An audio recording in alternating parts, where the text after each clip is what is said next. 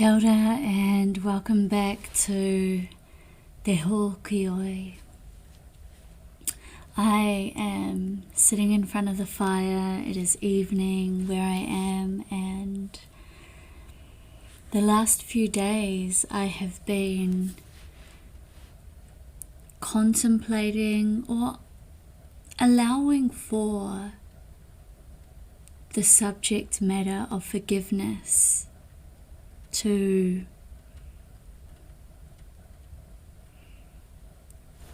immerse and melt into my life, and praying for a new depth and profound understanding of what forgiveness means for me. And I have recently experienced the coming out of a significant relationship in my world, and what I found was I held on to this bitterness, and no matter how hard I tried, I couldn't rest within a state of forgiveness.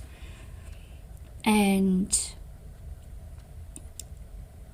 in these off moments, I observed these comments of bitterness in my mind of this other person. And the comments went a little bit like, you are this and you are that, and kind of name calling. And what I realized, wisdom entered into that moment and said, kia tūpato, be careful, because whilst you are thinking these thoughts, I am also planting those seeds within the depths of my passion for the subject. And what I mean by that is I was using the words, you are blank, fill the blank. I don't really want to get too personal about what the internal discussion was, but I'm saying you are this and you are that. I'm not actually speaking to the other person. I'm only speaking to myself, and in speaking to myself, I am affirming myself in these lower vibrational ways of existing and feeling. And I'm not asking to bypass the emotional experience and processes, but I am asking myself, and if you too resonate, to slow down, to sit with the pain, to talk with the pain, to feel it, to cry through it. I have observed that those with the most spiritual stature are those who have shared their permitting of self to travel into the depths of their pains. And as below, so above, when we allow our roots of existence to journey into the depths, we allow for our wairua, our spirits, our consciousness to soar the heights of existence. As above, so below. And when we endure these painful experiences, we can be experiencing this for times of long periods of times, months, years, days, weeks. And I have this saying that I am far too groovy to be down for too long. I let myself feel it, and I understand that healing is this upward spiral, and it is not the straight line that goes progressively upward, but this spiral. Some days I feel safe in life and happy, vibrant, and other days I just feel lowly and sad, and the echoing memories begin to influence my state and the way that I interact and show up in life, and all of that is okay. I ended up sitting down and feeling those emotions, but by the end of it, I kind of stepped myself out of this victimhood mindset, which was, I went from wanting to force myself to forgive this other person to liberating myself through forgiving myself for allowing myself through decision to endure the disrespect. To really sit with the liberation that I had decisions that I could have made. And there was this feeling within me for a long time. I knew that it wasn't right, but I just, I'm a lover. And I just want to love, and I just want to show up for people and show them that, in all states and phases, they are loved and accepted. But the more I look into that, the more I see that I incorrectly used another person's past trauma as a ticket to remain in their life, when perhaps me exiting their life could have sooner notified that yes, pain shapes us, but it doesn't excuse us. And pain isn't allowed to pain others. And I let that be the case for me. I allowed myself to simmer my fire down to meet this person where they were at, and that did them no good and me no good. But this is lust. And in that lust, I thought it was love, that passion and pain, the burning of the fire. And now that I'm out of this circumstance, this relationship, the environment, I ask myself, what do I truly want? I write it down. And I align my whole existence to that.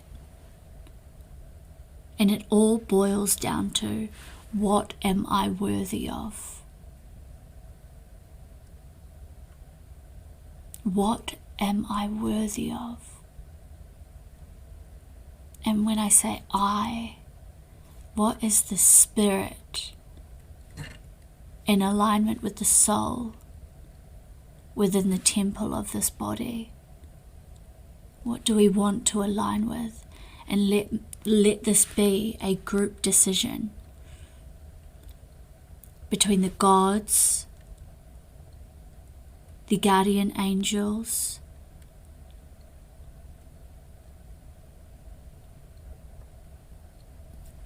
the angelic forces. What do we decide this experience will be? And that is more peace, that is more being seen, that is more being heard. That I will be the example of how I show up for myself, and I will live from a space of courage, moving from the place of heart, where I am embodied within balance of masculine and feminine energies, where the masculine energy of me bears witness to the sanctity of the spirit, the divine feminine within me. And the masculine lives with bravery and courage to voice the boundaries of how this balanced existence will be interacted with. Not only will we enforce those boundaries, we will embody them. We will interact with the world as we hope to be interacted with. In return, the reciprocal beauty of love.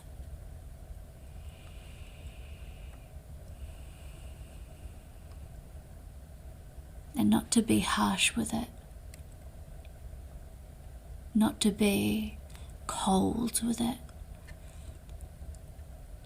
But to give time and space and solitude to cultivate the strength, to cultivate the clear vision, to ground into healthy relationship with one's self's multi-dimensional existence, that I may see and feel and hear the worthiness that is right here inside of us, and allow that existence to unfold so gracefully.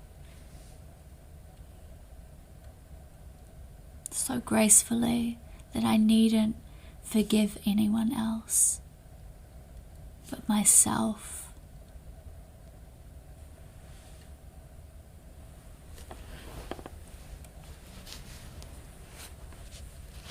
I forgive myself in these adult years where my world is a reflection of my decisions, and I choose to align with the forces of love, of peace, of adventure, of thrill and excitement, in alignment with the mission of divine human connection, community, relationships. And yes, we are all challenged in certain facets of our existence, and we must forgive ourselves over and over again. And when I learn how much forgiveness I need, I have a much easier time extending that energetic field of forgiveness out into the world, whilst being an active change of that which I hope to see outward of me, reflected, made holograph from the internal shifts of my world. Thank you for listening. Let me know if this is something that's relatable to your experience. Let me know if you have, what are your build-ons or responses to this dialogue. I'd really love to hear what you receive from this and what you build onto it. What feels misaligned to you. Yeah, let's talk. I hope the fire flames in the background haven't been too loud in the microphone. But I just want to add one last thing as well. When we go through this healing phase and we're elevating, we're eating more cleanly, keeping our fluids up, drinking those herbal teas, getting out in nature, moving the body, stretching, walking, and we find ourselves in this blank canvas state.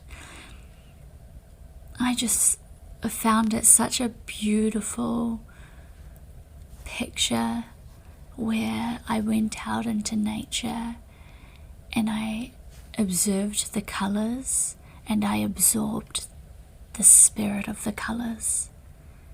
And I asked God, Lord, Yeshua, allow for these colors to be made manifest in the spirits of those I gravitate to and fro.